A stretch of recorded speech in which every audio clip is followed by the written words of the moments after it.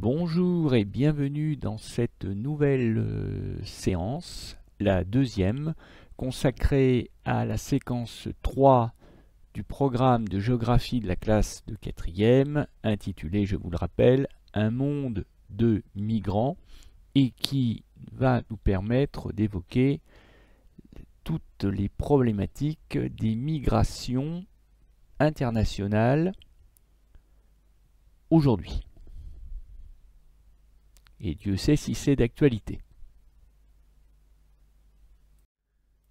La dernière fois, nous sommes entrés dans la séquence et nous en avons découvert les problématiques à travers une œuvre d'art originale d'un artiste encore plus original, Banksy, rappelez-vous, avec son célèbre radeau de la Méduse revisité.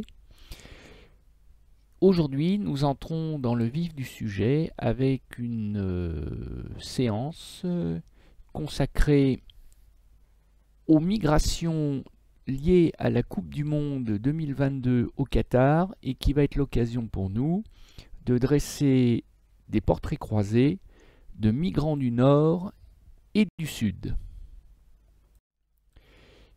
Et nous allons en effet tenter de répondre à la question suivante. En quoi, selon l'exemple proposé par les pays du Golfe, les flux migratoires du Sud, c'est-à-dire ceux originaires des pays pauvres, sont-ils si différents de ceux du Nord, c'est-à-dire ceux en provenance des pays riches et développés? Comme à chaque fois en géographie, il est indispensable de situer dans l'espace l'étude de cas qui est la nôtre, et donc il est important de situer les pays du Golfe. Je me suis servi de Google Earth, j'ai centré notre vision du monde vue depuis les pays du Golfe, et on voit que les pays du Golfe sont un carrefour, un double carrefour à la fois continental et maritime. Continental puisque les pays du Golfe sont situés entre l'Europe au nord-ouest, l'Asie à l'est et l'Afrique à l'ouest, sud-ouest. Et puis cette péninsule arabique, parce que les pays du Golfe, c'est cette immense presqu'île que vous avez sous les yeux, est un carrefour maritime essentiel entre mer Méditerranée et océan Indien, et entre mer Rouge et ce que l'on appelle le golfe Persique qui a donné son nom au pays du Golfe. Et on voit que la nature a fait curieusement les choses, puisque cette région du Golfe, ces pays du Golfe, on peut se demander s'ils font partie de l'Asie ou de l'Afrique. Et bien en fait, ils font partie de l'Asie, parce que ce qui délimite l'Afrique de l'Asie, c'est la mer Rouge et son prolongement vers la Méditerranée, qu'on aperçoit à peine, le canal de Suez creusé artificiellement par l'homme à partir de 1860. Donc, quand on est à l'ouest de la mer Rouge, on est en Afrique. Quand on est à l'est, on est en Asie. Donc, les Arabes, les peuples arabes qui vivent dans cette péninsule sont des Asiatiques. Comme à chaque fois en géographie, il est indispensable de situer dans l'espace l'étude de cas qui est la nôtre. Et donc, il est important de situer les pays du Golfe. Je me suis servi de Google Earth, j'ai centré notre vision du monde vue depuis les pays du Golfe, et on voit que les pays du Golfe sont un carrefour, un double carrefour à la fois continental et maritime. Continental puisque les pays du Golfe sont situés entre l'Europe au nord-ouest, l'Asie à l'est et l'Afrique à l'ouest, sud-ouest.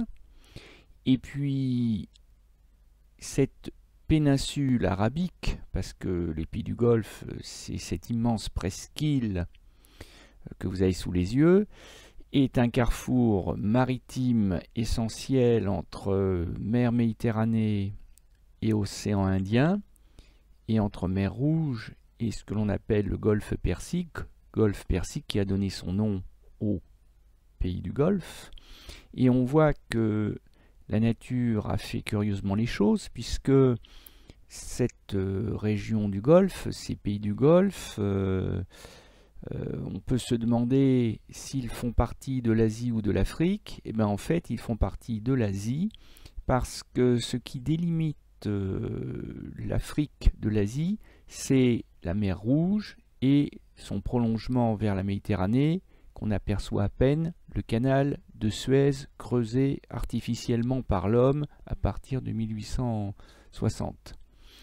Donc quand on est à l'ouest de la mer Rouge, on est en Afrique. Quand on est à l'est, on est en Asie.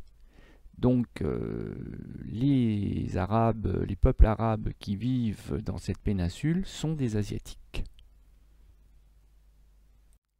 Et je vous rappelle au passage que cette région du monde que nous avons étudiée l'an dernier en classe de 5e est aussi la première région productrice de pétrole de la planète, et que le golfe Persique, la mer Rouge et le canal de Suez constituent l'une des principales artères du commerce maritime mondial, et notamment du commerce pétrolier. Et peut-être vous souvenez-vous de cet incident qui a paralysé le commerce mondial cette année, il y a de cela quelques semaines, quand un super pétrolier s'est retrouvé en travers du canal de Suez suite à une tempête et à une mauvaise manœuvre, et a bloqué pendant pratiquement 15 jours, plus de 15 jours, la totalité du commerce mondial entre l'Asie et l'Europe. Alors, cette première carte tirée du dossier documentaire que certains d'entre vous ont eu à travailler nous montre la composition des États qui forment donc ce qu'on appelle les pays du Golfe, qu'on appelle aussi le Moyen-Orient, hein. Il y a plusieurs appellations possibles pour cette région, et on voit que la grosse pièce du puzzle de cette péninsule, de cette grande presqu'île asiatique, eh bien, est formée par l'Arabie Saoudite, et que l'on trouve ensuite toute une guirlande de petits territoires, tous plus microscopiques les uns que les autres, comme le Koweït, le Qatar, qui est une petite presqu'île dans la grande presqu'île des pays du Golfe, mais aussi les Émirats arabes unis, des territoires très modestes en superficie, très peu peuplés, mais dont la renommée internationale est grandissante. Et je suis sûr que vous en avez tous entendu parler, le Qatar notamment, propriétaire du Paris Saint-Germain, par exemple, en France, dans le domaine du sport de haut niveau. Alors, cette première carte tirée du dossier documentaire que certains d'entre vous ont eu à travailler nous montre la composition des États qui forment donc ce qu'on appelle les pays du Golfe, qu'on appelle aussi le Moyen-Orient, hein. Il y a plusieurs appellations possibles pour cette région, et on voit que la grosse pièce du puzzle de cette péninsule, de cette grande presqu'île asiatique, eh bien, est formée par l'Arabie Saoudite, et que l'on trouve ensuite toute une guirlande de petits territoires, tous plus microscopiques les uns que les autres, comme le Koweït, le Qatar, qui est une petite presqu'île dans la grande presqu'île des pays du Golfe, mais aussi les Émirats arabes unis, des territoires très modestes en superficie, très peu peuplés, mais dont la renommée internationale est grandissante. Et je suis sûr que vous en avez tous entendu parler, le Qatar notamment, propriétaire du Paris Saint-Germain, par exemple, en France, dans le domaine du sport de haut niveau. Si on s'intéresse aux figurés, aux différents figurés et aux différentes plages de couleurs de cette carte, et si on s'intéresse aussi à la thématique de la carte, eh bien on se rend compte qu'on a sous les yeux les migrations du travail dans la région des pays du Golfe. Et l'on voit tout de suite, c'est pas une surprise, que en géographie, pour cartographier des flux, autrement dit des déplacements, que ce soit des individus, que ce soit des capitaux, des marchandises, des idées, peu importe, des données numériques, peu importe, chaque fois qu'il y a déplacement, on le représente par une flèche, ce qui est finalement assez logique. Donc on voit, c'est assez net, que les flèches, donc les flux plus exactement, les flux de migrants, dont l'épaisseur est proportionnelle au nombre, hein, c'est-à-dire que les flux venus d'Inde sont beaucoup plus importants que les flux venus de l'Afrique soudanaise. Bon. Mais on voit surtout que les flux sont tous orientés dans une seule et même direction, c'est-à-dire qu'ils partent de l'étranger et qu'ils ont tous pour destination l'Arabie Saoudite et ses voisins, autrement dit les pays du Golfe. Donc l'occasion pour nous de découvrir un terme qu'il faudra employer en géographie, qui n'est pas très difficile ni à comprendre ni à retenir, c'est la notion de foyer d'accueil ou de foyer d'arrivée. Les pays du Golfe sont un foyer d'accueil ou d'arrivée pour de nombreux migrants internationaux venus essentiellement d'Asie, comme on peut le voir, mais aussi d'Afrique. À cela s'ajouteront des flux, mais qui sont trop peu nombreux en termes d'effectifs pour être cartographiés, des flux venus d'Europe, venus des États-Unis, du Japon, d'Océanie, vous l'aurez compris, donc venus des pays riches. Bon, on le verra le moment venu. Ce qu'il faut voir aussi, c'est que ce n'est pas toute la péninsule arabique qui est un foyer d'accueil. Si on regarde les cercles concentriques, eux aussi proportionnels, eh bien, on se rend compte que la majorité des migrants se rend en Arabie Saoudite, dans les Émirats Arabes Unis, le Koweït et le Qatar. Par contre, pas de migrants au Yémen, pour une raison assez évidente, c'est que dans cette région du monde qui est relativement stable, ou plus exactement qui était stable il y a encore peu de temps, eh bien vous avez un pays qui est en guerre civile et qui menace d'ailleurs de déstabiliser toute la région. Et ce pays en guerre civile, eh bien, c'est le Yémen justement. Donc le Yémen n'attire pas les migrants, ou alors ceux que le Yémen attire, ce sont des combattants, des gens qui viennent pour se battre, éventuellement pour mourir, en tant que participants à la guerre civile en cours. Par contre, on s'aperçoit à l'autre extrémité de la péninsule, c'est-à-dire au nord, c'est-à-dire dans ce qu'on appellerait plutôt le Proche-Orient, Syrie, Irak, eh bien on se rend compte que la guerre est une cause de migration. Autrement dit, la Syrie, l'Irak, la Turquie aussi, sont des foyers de départ, c'est-à-dire que vous avez des gens qui fuient leur pays parce que ils veulent pas mourir, hein, tout simplement, ou qu'ils veulent rester libres, ou tout simplement parce que la guerre provoquant la misère, eh bien, ils veulent essayer de s'en sortir, et ils ne trouvent leur salut que dans la fuite, que dans l'émigration, Alors la plupart partent vers l'Europe, mais il y en a qui, pour différentes raisons, tentent de rallier le Koweït, le Bahreïn ou l'Arabie Saoudite, enfin bref, les pays du Golfe. Et du coup, et ça sera ma dernière remarque, dans ces pays très peu peuplés, eh bien, les migrants représentent une forte minorité de la population. C'est notamment le cas en Arabie Saoudite où ils représentent... Alors là, effectivement, la carte n'est pas très précise parce que ça va du quart aux 2/3. Bon, en fait, ce qu'il faut comprendre, c'est que c'est même pas une forte minorité, c'est une majorité.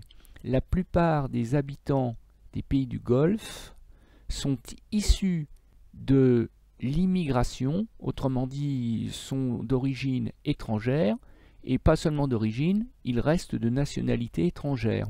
Au Qatar, on a plus de chances de tomber sur un étranger vivant et travaillant au Qatar que de tomber sur un Qatari ou un Qatarien, on peut dire les deux, c'est-à-dire un natif, un autochtone. Même chose aux Émirats Arabes Unis, même chose dans une proportion moindre au Koweït.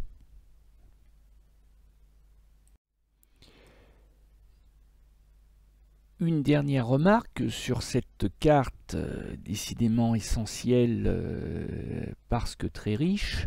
On se rend compte qu'on a donc affaire à des migrants prioritairement venus d'Asie plutôt que de migrants venus d'Afrique, que les seuls migrants internes, c'est-à-dire les seuls migrants originaires de la péninsule arabique ou des pays du Golfe si vous préférez, ce sont les Yéménites qui sont chassés par la guerre civile et qui ont donc un profil un peu différent des autres.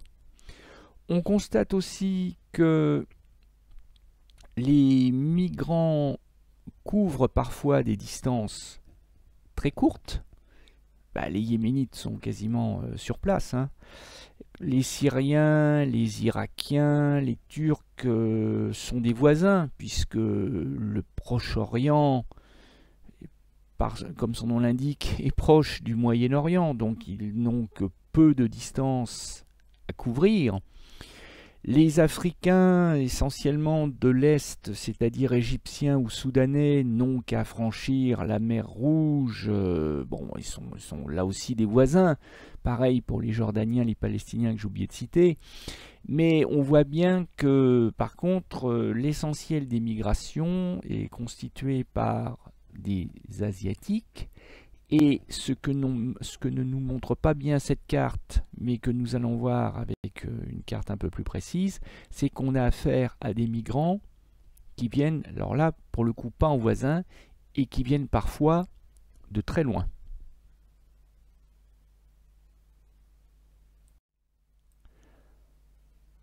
En effet, comme on peut le voir, pour les Pakistanais, le Qatar ou les autres pays du Golfe sont une région encore très proche. Les Pakistanais sont assez voisins, ils sont séparés de la péninsule arabique que par l'Iran. Quand on est un Népalais, un Bangladeshi ou même un Indien, un Sri Lankais, la distance n'est pas encore très importante, mais quand on est un Indonésien ou un Philippin, là on est sur des distances à franchir qui sont beaucoup plus importantes. Distances qui sont franchies, alors on pourrait croire par voie maritime, par bateau, puisque on a l'immense océan Indien ou même l'océan Pacifique pour les Philippins sous les yeux, mais en réalité, j'aime autant vous le dire tout de suite, toutes ces migrations se font par avion. Donc les distances sont longues, mais en réalité, elles sont franchies très rapidement, puisque en fait... même les Philippins qui sont les plus éloignés ne sont éloignés que de quelques heures au grand maximum de vol international jusqu'à l'Arabie Saoudite ou le Qatar qui constituent leur destination finale. Je viens d'évoquer en passant le Népal, ce petit pays himalayen, situé sur le toit du monde, hein, la chaîne himalayenne, coincé entre l'Inde et la Chine, c'est-à-dire les deux pays les plus peuplés, non seulement d'Asie, mais aussi de la planète. Et le Népal est une bonne étude de cas dans notre étude de cas des pays du Golfe Persique. Pourquoi? Eh bien parce que comme nous l'explique le texte que certains d'entre vous ont eu à travailler, le Népal a toujours été un pays de migrants, mais ces dernières années, il se vide littéralement de sa population. Les zones rurales ne sont plus peuplées que de femmes, d'enfants et de vieillards. Ce qui nous permet de commencer à dresser une sorte de portrait robot du candidat à l'émigration. Donc on apprend que pour un certain nombre d'entre eux, il est népalais.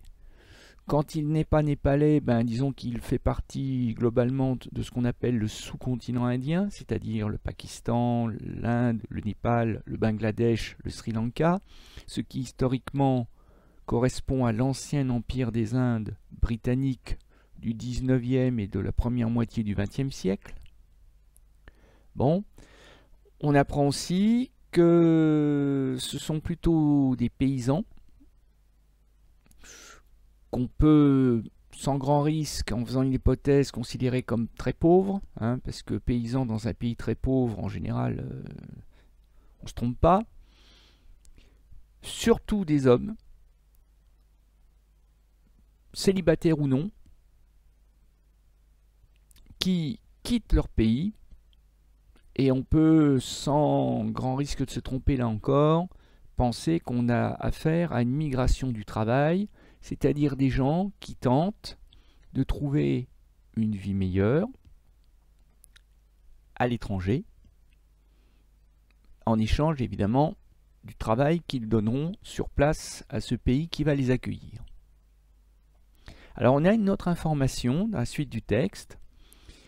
Les transferts des migrants s'élèvent chaque année à 6 milliards de dollars, c'est-à-dire 4,3 milliards d'euros de l'époque, à l'époque du texte, soit le quart du produit intérieur brut. Plus de la moitié de la population vit de ces subsides. C'est-à-dire qu'en fait, le fait que les Népalais migrants qui quittent le pays soient de plus en plus nombreux, ça a une incidence sur la vie quotidienne et sur l'économie générale de ceux qui restent au pays, en particulier donc des femmes, des enfants et des vieillards. C'est-à-dire que les émigrés, c'est-à-dire les Népalais installés au Qatar ou en Arabie Saoudite, vont envoyer une partie de l'argent qu'ils vont gagner sur place, ils vont l'envoyer à la famille restée au pays. Et c'est dans une proportion qui est loin d'être marginale, puisque ça représente le quart des richesses du pays. Autrement dit, dans ce pays pauvre, si les migrants restaient au pays, donc s'ils ne migraient pas, ou simplement s'ils gardaient tout l'argent pour eux, eh bien, les Népalais restés sur place seraient un quart plus pauvres qu'ils ne sont déjà. Donc, on voit bien que les Népalais qui partent au Qatar, en Arabie Saoudite ou aux Émirats Arabes Unis, par exemple, c'est pas pour faire du tourisme, hein, c'est pas des voyages d'agrément, et ce sont des flux qui sont massifs, puisque la suite du texte, qui date de mars 2014, nous précisait que chaque jour, hein, du 1er janvier au 31 décembre, donc vous multipliez par 365, quelques 1500 Népalais quittent leur pays à partir de l'aéroport de Katmandou. Tous ou presque sont des ruraux, donc ça on le savait déjà, sans qualification, parfois illettrés. Donc autrement dit, ils savent qu'ils ne trouveront sur place qu'un travail qui lui-même ne demande pas de qualification, donc ça sera un travail manuel, un travail sans doute très dur, et évidemment très mal payé. Mais ils l'acceptent parce qu'ils n'ont pas le choix. Leur espoir, un emploi lucratif, c'est-à-dire un emploi qui leur permettra de gagner de l'argent. De quoi envoyer chaque mois de l'argent à leur famille, rester au village. Au mieux, ils reviendront au Népal dans 2 ans pour quelques semaines de vacances. Autrement dit, ce sont des migrations longue durée. On n'est pas du tout dans une logique de tourisme, encore une fois, où un touriste est censé ne pas rester plus de 3 mois sur son lieu de vacances. Là, on a affaire à des gens qui ne quittent pas forcément leur pays de naissance pour toujours, mais qui le quittent pour une durée longue et qui quittent leur famille, parfois leurs épouses, leurs enfants, leur famille, quoi. Et donc, ça veut dire qu'après, le seul lien qui restera avec ceux qui sont restés au village, comme on dit dans le texte, et ben, ça sera les liens virtuels façon Skype, les réseaux sociaux. Ce qu'il faut comprendre, c'est que ces flux aussi massifs ne sont pas des flux clandestins, illégaux, comme ça peut être le cas aujourd'hui en Europe. Parce que nous, en Europe, on a cette vision qui peut parfois être un peu déformée. On a cette impression que les migrants, tous les migrants de la planète sont des illégaux, puisque la plupart de ceux qui rentrent en Europe le sont. Mais en fait, pas du tout. Dans le cas des pays du Golfe, et c'est aussi pour ça que j'ai choisi cette étude de cas, on a affaire à une immigration qui est non seulement tolérée, mais qui est encouragée.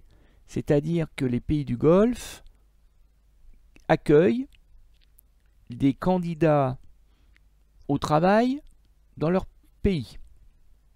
Ben, tout simplement parce que le Qatar, l'Arabie Saoudite et ses voisins ont besoin de la main-d'œuvre qui lui fait défaut dans sa propre population locale. Et du coup, ça explique aussi pourquoi les migrants arrivent par avion. Parce que quand vous prenez un avion, vous êtes obligé de montrer patte blanche à l'embarquement, c'est-à-dire vous êtes obligé de montrer un passeport.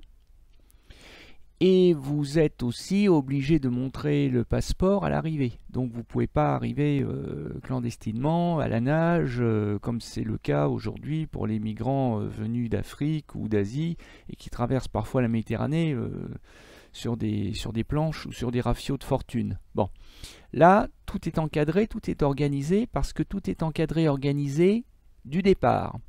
La preuve avec cette publicité qui existe toujours, hein, je suis allé la retrouver sur internet et elle se trouve sans aucune difficulté.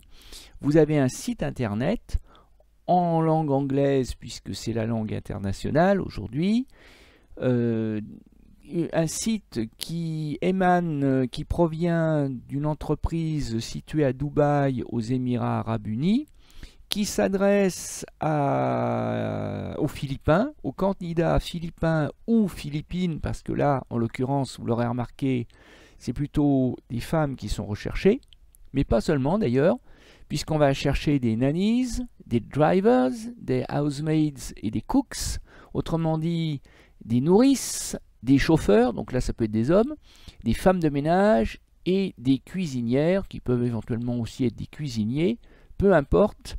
L'essentiel, c'est que ces gens-là vont être recrutés à temps plein pour un salaire de 450 dirhams, et j'aime autant vous dire 450 dirhams, ça fait pas beaucoup, surtout quand on sait que ça va être des journées de travail parfois de 12 heures davantage, qui s'apparenteront presque à de l'esclavage, parfois, hélas.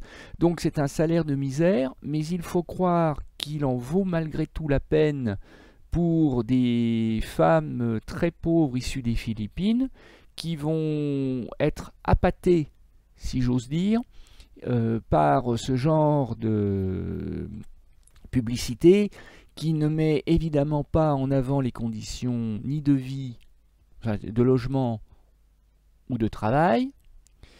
Sans compter aussi parfois, hélas, des agressions sexuelles dont elles peuvent être éventuellement victimes. Ce sont des choses qui arrivent. Voilà. Donc là, ce qu'on met en avant, c'est le fait qu'elles vont pouvoir gagner de l'argent en venant travailler aux Émirats Arabes Unis.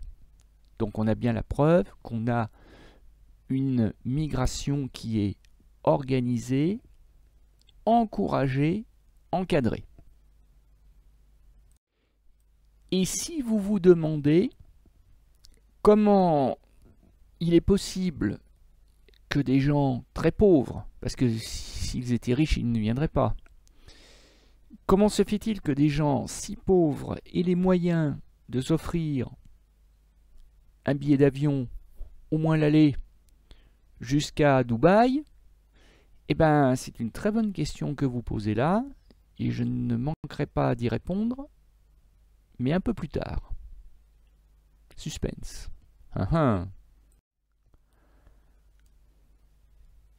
Il n'y a pas que les Émirats Arabes Unis qui recrutent des migrants étrangers.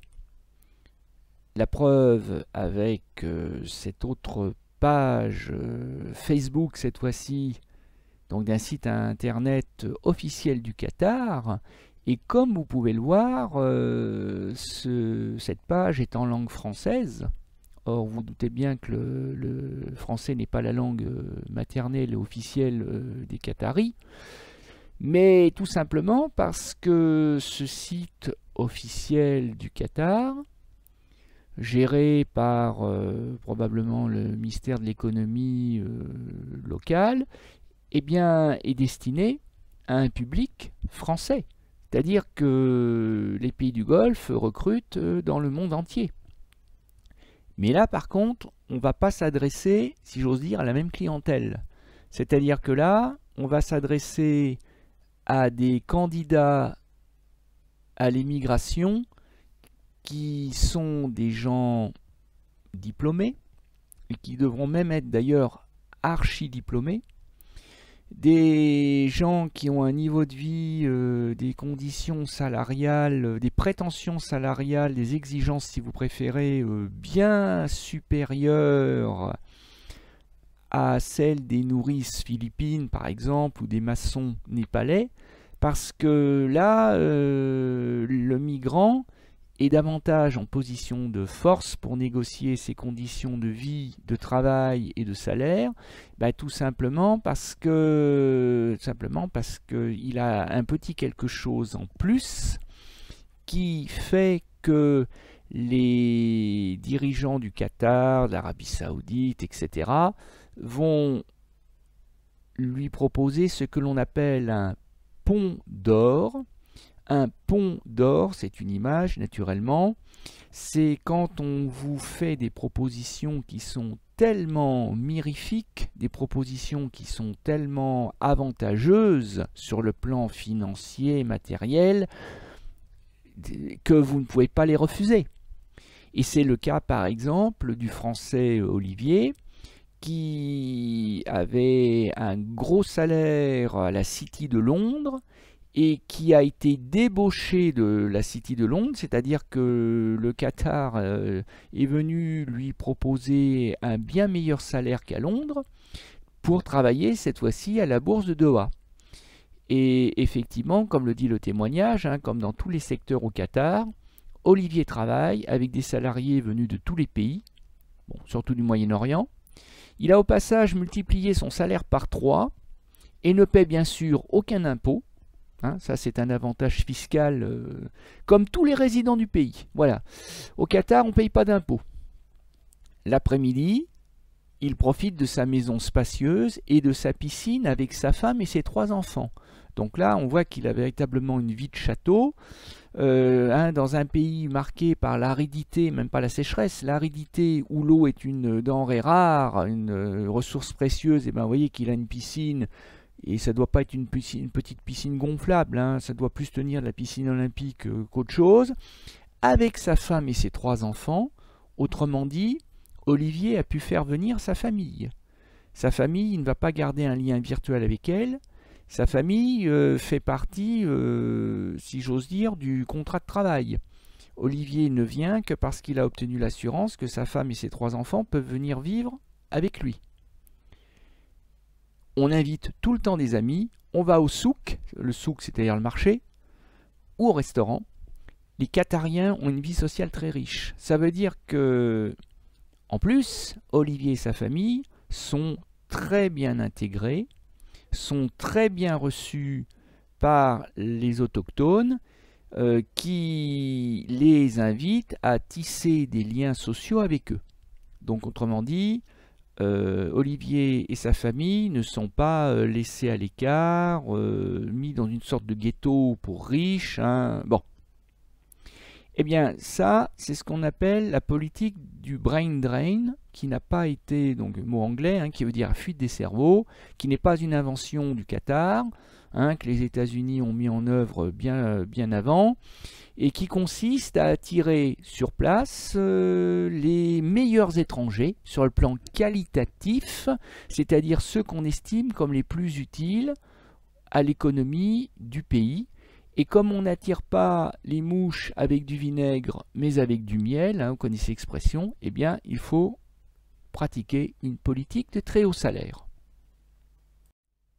Politique de très haut salaire que l'on retrouve d'ailleurs dans la gestion du sport de très haut niveau, parce que les pays du Golfe, pour la plupart, sont les fameux pays de l'or noir, c'est-à-dire ces pays dont la richesse actuellement repose sur le pétrole et le gaz, mais vous le savez aussi bien que moi, vous l'avez vu en 5e, ce sont là des ressources fossiles, c'est-à-dire non renouvelables. Donc un jour ou l'autre, ces pays ne pourront plus utiliser le pétrole et le gaz qui seront épuisés.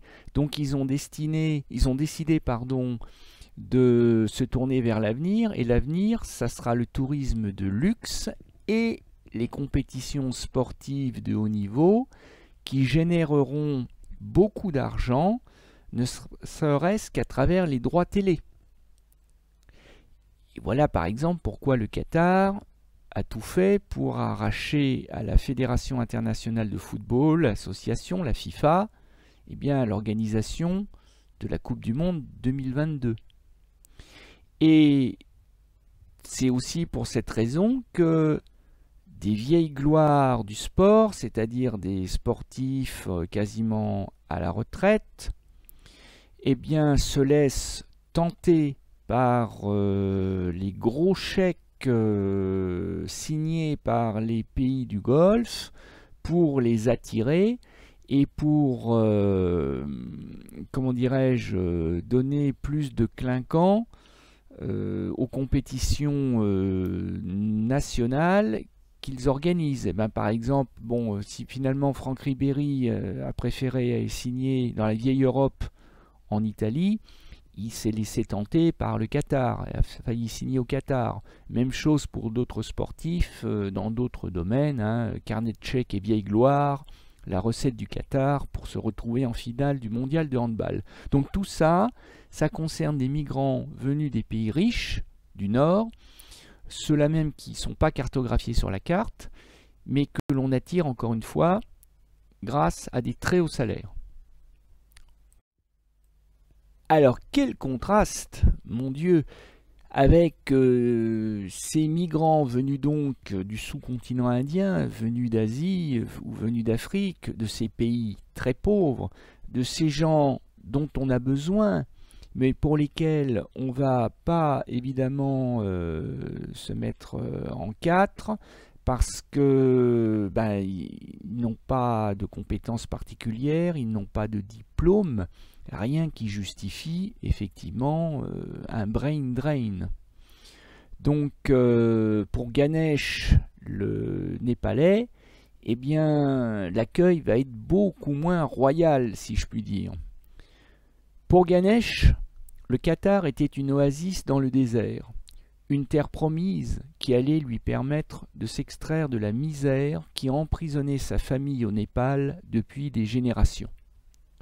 Comme beaucoup d'autres dans son village, il avait rencontré les agents de recrutement qui avaient promis un emploi bien rémunéré et la possibilité de subvenir aux besoins de sa famille, on voit à nouveau qu'on a la preuve qu'on a affaire à une migration voulue, encouragée, organisée depuis les pays du Golfe, puisque ce sont carrément les pays du Golfe qui vont chercher sur place au Népal, dans les villages les plus pauvres du Népal, les gens dont l'économie népalaise a besoin. Et du coup, ça nous explique pourquoi ces pauvres gens prennent malgré tout l'avion pour gagner le Népal. Et bien c'est tout simplement parce qu'on leur paye le billet aller. On leur paye, alors attention, on ne leur offre pas. Ça sera retenu sur leur premier salaire.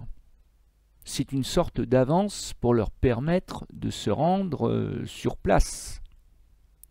Et bien entendu pas en première classe, ça va de soi. Ganesh est parti en promettant de revenir et de construire une belle maison à sa famille.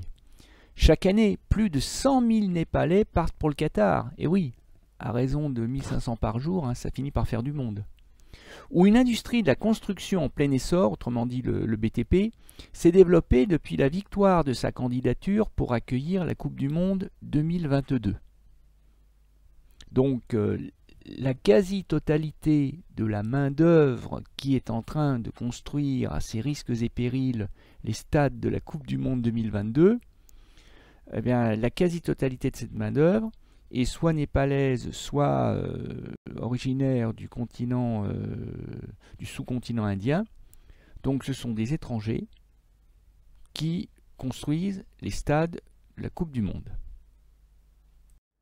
Alors peut-être avez-vous entendu parler de cette démarche tout à fait honorable, bien que symbolique, de footballeurs professionnels, notamment européens, qui ont entendu parler des épouvantables conditions de vie et de travail des migrants au Qatar et qui ont décidé de dénoncer ces conditions lors de matchs de qualification pour la Coupe du Monde. Et bien, tout simplement parce que ce que l'on sait, et on ne sait peut-être pas tout, ce que l'on sait des conditions de vie et de travail des Népalais et autres sont absolument épouvantables et, pour dire les choses, indignes.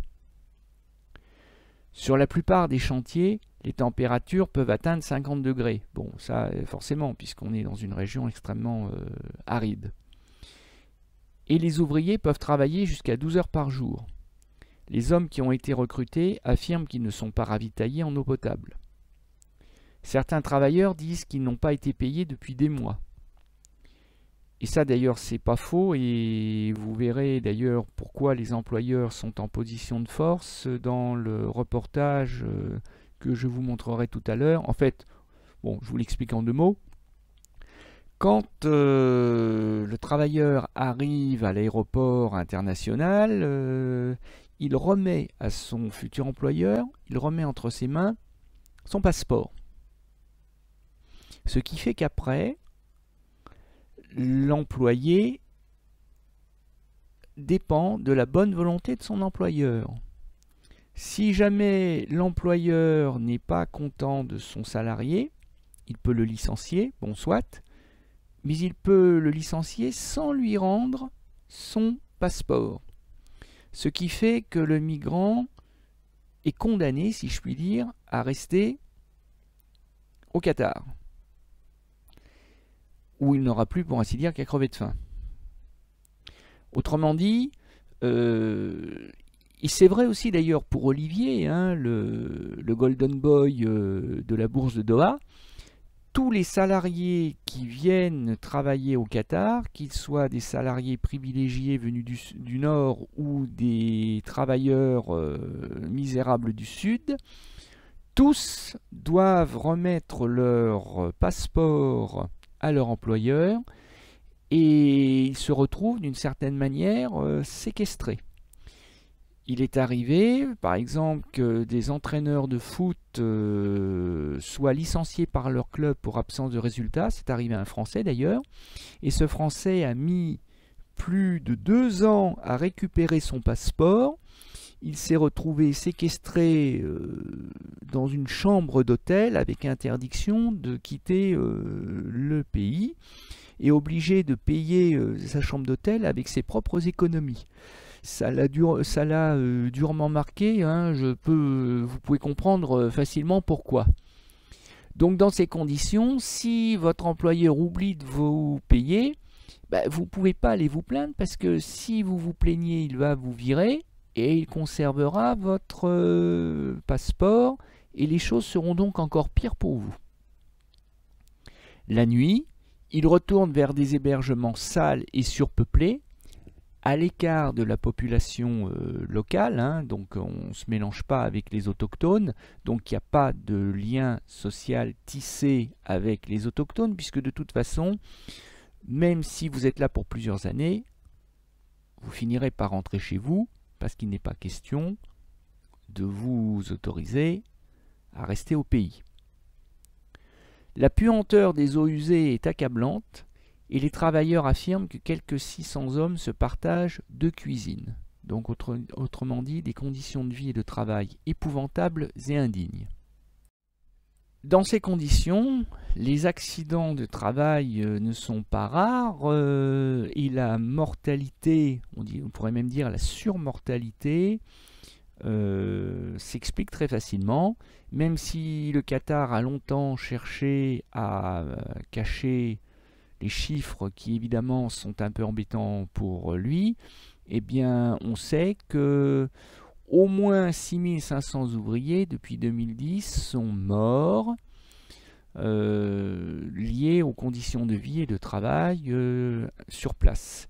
Et Ganesh, le malheureux Ganesh, est mort officiellement d'un arrêt cardiaque, hein, d'un arrêt du cœur, ce qui veut tout et rien dire, bien sûr, quelques semaines seulement après son arrivée au Qatar. Donc pour lui, le rêve, malheureusement, pour lui et pour sa famille, pour qui le départ de Ganesh était un investissement, eh bien pour lui, malheureusement, l'investissement, c'est le moins qu'on puisse dire, n'a pas été rentable. Et comme l'aurait dit Voltaire, dénonçant l'esclavage au XVIIIe siècle et dénonçant le fait que les Européens profitaient du fruit de l'esclavage des Noirs, hein, c'est à ce prix que vous mangez du sucre en Europe, eh bien un nouveau Voltaire pourrait dire c'est à ce prix que vous allez profiter des matchs de foot de la Coupe du Monde en 2022. Alors je vous propose de découvrir donc ce reportage qui est très court mais qui en dit suffisamment long de france24.com qui date du 31 mars 2016 et qui présente, alors évidemment, un point de vue et un seul, celui d'une organisation non gouvernementale, une ONG humanitaire qui s'appelle Amnesty International et qui dénonce les conditions désastreuses des travailleurs immigrés sur les chantiers de la Coupe du Monde 2022 au Qatar. Et pour être tout à fait précis, je me dois de vous dire que le gouvernement du Qatar a condamné ce rapport, a dénoncé Amnesty International en dénonçant effectivement une organisation qui dirait des mensonges, qui aurait l'intention de nuire au Qatar. Bon, ceci étant dit, malheureusement, on peut penser que le rapport d'Amnesty International ne fait que refléter la triste vérité. Alors mine de rien, nous sommes parvenus à la fin de notre séance, donc il me reste à voir si vous avez bien compris quels sont les 2 types de migrants venus vivre et travailler au Qatar, c'est-à-dire les migrants originaires du Sud et qui se rendent dans un pays du Sud, c'est-à-dire le Qatar, Ou alors, s'il s'agit de migrants venus du nord, comme le français Olivier, quoi. Donc autrement dit, vous allez devoir colorier chacune des cases de l'exercice ci-dessous en déterminant s'il s'agit de Ganesh ou s'il s'agit d'Olivier. Voilà, je vous souhaite un bon travail, une bonne réflexion. Voici le corrigé. Bon, je pense que l'exercice n'était pas très difficile. Chaque case ayant son contraire quelque part. Alors la seule difficulté, parce qu'il fallait quand même bien qu'il y en ait un tout petit peu pour que l'exercice ait de l'intérêt, la seule difficulté réside dans le nombre des cases à gérer, puisque vous avez 4 colonnes et que vous avez 6 cases par colonne, donc ça fait 24 cases, donc 12 à colorier en rouge, 12 à colorier en vert. Mais c'était vraiment la seule réelle difficulté de l'exercice. Donc j'ai bon espoir que vous avez tout juste. Alors, quels sont les chiffres clés à retenir de la présente étude de cas? Écoutez, je vous en propose 3. Alors le premier, c'est 85%. Comme la population vivant au Qatar, mais d'origine étrangère, puisque constituée de migrants, et 85% c'est un minimum, hein. Ça laisse songeur. Tout comme laisse songeur l'autre chiffre clé, c'est-à-dire 120 € par mois, c'est le salaire d'une émigrée philippine à Dubaï, employé de maison pour des journées de travail de 12 heures par jour, et je ne suis pas certain qu'il y ait le moindre jour de repos dans la semaine qui soit dans son contrat de travail. Et enfin, 25%, le quart de la richesse annuelle produite par le Népal est en réalité réalisée par le transfert d'argent envoyé à la famille au pays natal par les Népalais et Népalaises qui vivent et travaillent dans un des pays du Golfe Persique. Voilà, il ne me reste plus qu'à vous faire découvrir la leçon, hein, qui reprendra à peu près tout ce qu'on a vu. Et première leçon de la séquence et qui s'intitule Migrants du Nord et du Sud, portrait croisé. Et qu'on pourrait sous-titrer Olivier ou Ganesh, deux destins bien différents. Voilà, c'est tout pour aujourd'hui. N'oubliez pas de liker si ça vous a plu, ça fait toujours plaisir. Et à bientôt!